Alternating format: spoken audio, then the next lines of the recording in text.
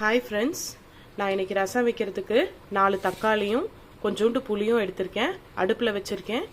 முதல்ல தக்காளி நல்லா வேகட்டும், அதுக்கப்புறமா அதை மசிச்சு விட்டுட்டு ரசத்துக்கு தேவையான பொருட்கள் பார்த்துடலாம். ஸோ ரசப்பொடி அரைக்கிறதுக்கு நமக்கு மிளகு, ஜீரகம், கருவேப்பிலை, அதுக்கப்புறம் நான் 3 பச்சை மிளகாய் எடுத்திருக்கேன். கூட 10 பல்லு பூண்டு எடுத்திருக்கேன். ஸோ இதை அரைச்சிடலாம். வாங்க இப்போ ரசம் செய்கிறது எப்படின்னு பார்த்துடலாம். ஸோ தாளிக்கிறதுக்கு நான் என்னென்ன தேவையோ அதை எடுத்து வச்சுருக்கேன். கடுகு 1 ஸ்பூனு, அதுக்கப்புறம் நம்ம அரைச்ச விழுது எடுத்து வச்சுருக்கேன். கூட தாளிக்கிறதுக்கு கருவேப்பிலை, அதுக்கப்புறம் காஞ்ச மிளகாய் 3 எடுத்திருக்கேன். உப்பு தேவையான அளவு, அதுக்கப்புறம் பெருங்காயத்தூள், எண்ணெய், ஏற்கனவே நம்ம வேக வச்சு வச்சுருந்த தக்காளியும் புளியையும் கரைச்சி எடுத்திருக்கேன். இப்போ தாளிக்கிறதுக்கு அடுப்பில் கடாயை வச்சுட்டு தாளிக்கிறதுக்கு கடாயை அடுப்பில் வச்சுட்டு இப்போ நான் இதில் 2 ஸ்பூன் எண்ணெய் விட்டுக்கிறேன். காஞ்ச உடனே 1 டேபிள் ஸ்பூன் கடுகு,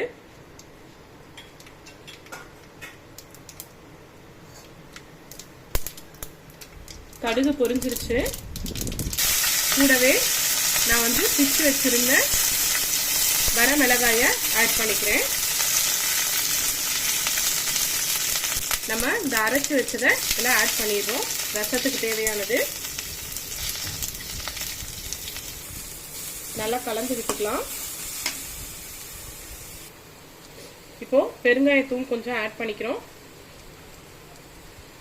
ஸோ நான் 1/2 டேபிள் ஸ்பூனுக்கு மேலே ஆட் பண்ணியிருக்கேன்.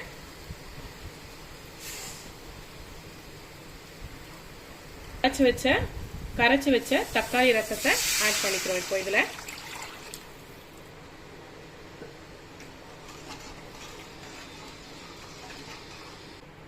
தேவையான அளவு உப்பு பாருங்க. இப்போ ரசத்தை எல்லாம் மிக்ஸ் பண்ணி அடுப்பில் வச்சாச்சு. இப்போ அது ஒரு கொதி வரட்டும். ஒரு கொதி வர்றதுக்குள்ள நம்ம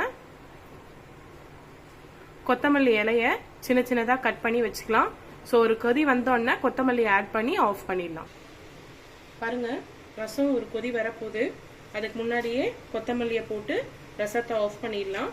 ஸோ ரசம் ரெடி ஆயிடுச்சு. ரசம் கொதி வந்துருச்சு அப்படின்னா அதோட டேஸ்ட் போயிடும். ஸோ அதனால இந்த மாதிரி நுர கட்டும் போதே நம்ம ஆஃப் பண்ணிடணும்.